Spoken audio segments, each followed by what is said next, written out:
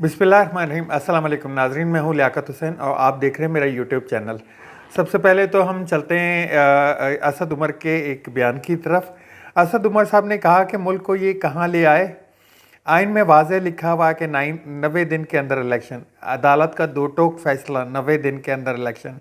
इसके बावजूद इन सब को खदशा है कि कहीं फिर से भी इलेक्शन से भाग ना जाएं, यानी आइन से इनहराफ करेंगे। कौम को एतमाद ही निज़ाम से उठ गया है। ये मुल्क की बुनियादें हिलाने के मुतरादिफ है। ये वाकई बहुत अजीब और बहुत ही आप कह लें कि अंधुनाक किस्म के हालात हैं कि आइन में लिखा हुआ है, आइन की खिलाफ वर्जी कौन कर सकता है। आप सोचें कि मुल्क को एक चलाने के लिए फाउंडेशन का एक बॉन्ड या एक तरह से कह लें कि उसको आइन कहा जाता है। एक हुकूमत तहलील हुई है, उसकी 90 दिन के अंदर जब इलेक्शन के अंदर आइन में लिखा हुआ है कि इलेक्शन 90 डेज़ के अंदर, उसके ऊपर भी आपने काफ़ी सहाफ़ियों को देखा होगा घुंघरू बांधे हुए, वो इसके बियॉन्ड सोच रहे हैं कि जी ये तो नहीं लिखा हुआ, वो तो नहीं लिखा हुआ। आइन के ऊपर इस तरह की जो बहस की जा रही है ये टीवी चैनलों के ऊपर बैठ के कि ये नहीं होगा, वो नहीं होगा, जिस तरह से सिक्योरिटी का बोला जा रहा है कि हम सिक्योरिटी नहीं दे सकते, फलां सिक्योरिटी नहीं दे सकता, और जो ब्यूरोक्रेसी है वो बोली, इस तरह के अल्फाज बोल रही है। आपको याद होगा KPK के IG ने, जिन्होंने सिक्योरिटी का बोला कि मैं सिक्योरिटी देने के लिए राज़ी हूँ, तैयार हूँ मैं, उनको ही हटा दिया गया। दूसरी जानिब इन्होंने अब जो एक बयान आ रहा है कि वजारत ख़जाना की तरफ से कि हम 60 अरब रुपए नहीं दे सकते इलेक्शन के लिए। आप सोचें ज़रा, ये मुल्क तकरीबन कोई 7 से 8 हज़ार अरब रुपए टैक्स इकट्ठा करता है। 7 से 8 हज़ार अरब रुपए। 60 अरब क्या चीज़ है जिसको इतने मुश्किल बहरान से इतने उस क्रूशल टाइम से निकालने के लिए अगर इलेक्शन ज़रूरी है, और ज़रूरी है, आपको इलेक्शन के बगैर और कोई हल नज़र नहीं आ रहा, मुझे तो नहीं आ रहा। इमरान खान भी यही कह रहे हैं बार बार कि इलेक्शन के अलावा कोई हल नहीं है। अगर 1 लीटर पेट्रोल पे 2.5 रुपये भी बढ़ा दिए जाए ना, या 2 रुपये भी बढ़ा दिए जाएं, ये मुल्क, मुजम्मिल हुसैन साहब को अभी मैं सुन रहा था, मुजम्मिल हुसैन साहब कह रहे थे, मुजम्मिल असलम साहब सॉरी, कि अगर इस मुल्क में 1 महीने के अंदर 2 अरब लीटर जो है वो पेट्रोल यूज़ होता है। अगर पेट्रोल पे सिर्फ 2.5 रुपये भी बढ़ा देना आप, तो 5 अरब रुपए महीने के बचते हैं। और 5 अरब रुपए को अगर आप साल से मल्टीप्लाई करें ना, तो 60 अरब रुपए बनते हैं। ठीक है।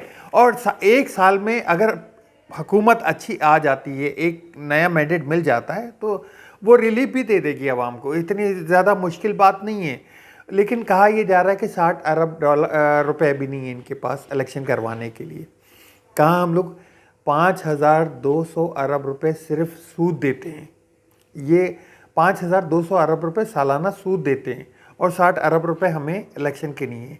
ऐसे ऐसे हीले बहाने किए जा रहे हैं, ऐसे ऐसे डिबेट्स की जा रही हैं कि आवाम को ऐसा लग रहा है कि ये इलेक्शन की तरफ जाना ही नहीं चाहते। और इलेक्शन की तरफ क्यों जाएंगे?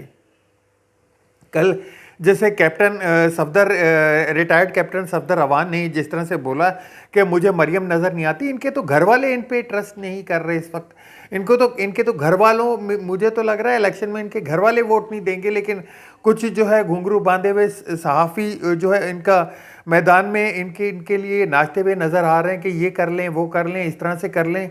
उनको अपने लालच नज़र आ रहा है। कैप्टन सफदर का बयान जो आज पाकिस्तान तहरीक इंसाफ ने बड़ा एक तरह से वो लिया कि 11वां खिलाड़ी है हमारा, उस एक देखा जाए तो मरियम नवाज़ ने उनकी जो रुकनीत है वही मुअत्तल कर दी है इस ब्याह पे। तो वो तो इनको जो है अपनी घर से ही वोट नहीं पड़ रहा, इनको अपने घर से, तो ये इलेक्शन से क्यों नहीं भागेंगे? और जो IMF से इन्होंने अभी जो एग्रीमेंट कर लिया है, और जिसके बाद ये महंगाई का तूफान ला के खड़ा कर रहे हैं, बयानिया इनके पास कुछ है नहीं। बयानिया कभी कहते हैं जी इमरान खान साहब का ये IMF का, इमरान खान साहब का जो IMF का प्रोग्राम था वो सितंबर 2022 में ख़त्म हो चुका है। उसके बाद मुफ्ती इस्माइल साहब ने नया अपना एक जो माहिदा किया है वो है। अब दूसरा आपकी हुकूमत में ये हो रहा है, और इन 10 महीनों में जो तूफ़ान आ रहा है ना महंगाई का, उसके बाद इलेक्शन में जाना भी इनका बनता नहीं है। ये उसी वजह से मुंह छुपाते फिर रहे हैं और इधर उधर की जो कभी सिक्योरिटी का बहाना तराश रहे हैं, कभी किस चीज़ का बहाना तराश रहे हैं, कभी किस चीज़ का। तो इन लोग को खुद को अकल करनी चाहिए इस चीज़ में। दूसरी जानिब चलते हैं हम जो जनरल बाजवा साहब का एक कॉलम लिखा था जनरल जावेद चौधरी साहब ने, वो उससे कल उन्होंने जो एक डिटेल दी थी कि मैं किसी ये बात जो है वो उन्होंने कही नहीं और मैंने छाप दी, क्योंकि उसके ऊपर बड़ी बात हुई है, वो काफ़ी आगे मामला भी चला गया है। तो एक अली मोहम्मद साहब है, उन्होंने लिखा है कि कल खुद ही अपने हाथ से पूरा कालम लिख कर आज जावेद चौधरी वीडियो में बनाकर कह रहा है कि जनरल बाजवा ने वो अल्फाज नहीं कहे। ज़रा पहली मर्तबा एक सहाफ़ी को अपने ही हाथ से कॉलम लिखकर और वीडियो बनाकर उसकी तरदीद करते हुए देखा है। ये वो बयान था जिसके ऊपर बोला जा रहा था कि जी इमरान खान, बाजवा साहब कहते हैं कि इमरान खान साहब जो हैं वो हुकूमत के लिए हुकूमत में रहते तो पाकिस्तान ना रहता, जिसकी बाजवा साहब ने ख़ुद तरदीद कर दी है। एक सहाफ़ी को फ़ोन करके, मंसूर खान साहब को फ़ोन करके उन्होंने इस बात की तरदीद की और उसके बाद जावेद चौधरी साहब का भी वीडियो बना हुआ आया कि जी मैं तरदीद करता हूँ इस चीज़ की। अरे भाई, तरदीद करते हो, जब उन्होंने ये बात बोली नहीं तो आपने लिखी कैसे? वाकई अपना कॉलम लिख के और फिर उसके बाद जो है वो उसकी तरदीद करना, ये बड़ी माना खेज बात है। इसके ऊपर इमरान खान साहब ने भी बात की है। इमरान खान साहब ने भी एक टीवी चैनल को इंटरव्यू देते हुए बोला कि जी फ़ौज को इनके बयान के ऊपर जनरल बाजवा साहब के ख़िलाफ़ कार्रवाई करनी चाहिए, जो इन्होंने बयान दिया है या जो बात कही है उसके ऊपर, क्योंकि उसके बाद तो ये बनता ही नहीं है ना इनका अपना। अच्छा जी, एक और ख़ास बात मैं बताता चलूँ आपको। जो हालिया तुर्किया के ज़लज़ला में जो हलाकतें हुई हैं, जो नुकसान हुआ है, यूएसए में एक पाकिस्तानी टर्किश कॉन्सुलेट में गए, उन्होंने अपनी शनाख्त छुपाई है वहाँ पे और $30 मिलियन जो है डोनेट करके चले गए। आप अंदाज़ा करें जितना एक मुल्क जो है वो डोनेट कर रहा है।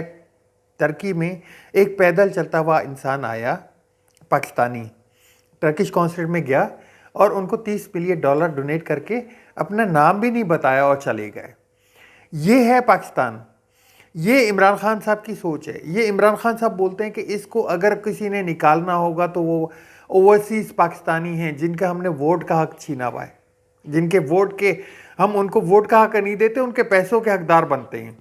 तो यही इमरान खान साहब बार बार बोलते हैं। और आप एक चीज़ मैं आपको याद कराता चलूँ, जो अभी हमारे पास सैलाब आया था पाकिस्तान में, उसमें ये लोग डोनेशन इकट्ठी भी नहीं कर पा रहे थे। आप अंदाज़ा कर लें क्यों नहीं कर पा रहे थे? जब उनको ट्रस्ट ही नहीं है इन लोगों पे कि कोई इन पे ट्रस्ट करेगा कि इन्होंने अपनी जायदादें तो बाहर रखी हुई हैं, अपने वो तो वहाँ बाहर रखे हुए हैं, जो वहाँ से इमदाद आई भी है तो वो भी ऑनलाइन बिक रही है और टेंटों को नीचे बिछा के ऊपर जलसे किए जा रहे हैं। ये इनको कौन इमदाद देगा? तो ये एक बड़ी लम्हा फिक्रिया है और बड़ी ज़बरदस्त मुझे बहुत खुशी हुई आज जान के कि पाकिस्तानी जो है वो डोनेशन में सबसे आगे हैं और हिम्मत है उनकी। अच्छा, दूसरा जी शेख रशीद साहब के हवाले से बात करता चलूँ। शेख रशीद साहब को तो मरी जो केस था उनके ऊपर मुकदमा था, उसके हवाले से उनको ज़मानत मिल गई है।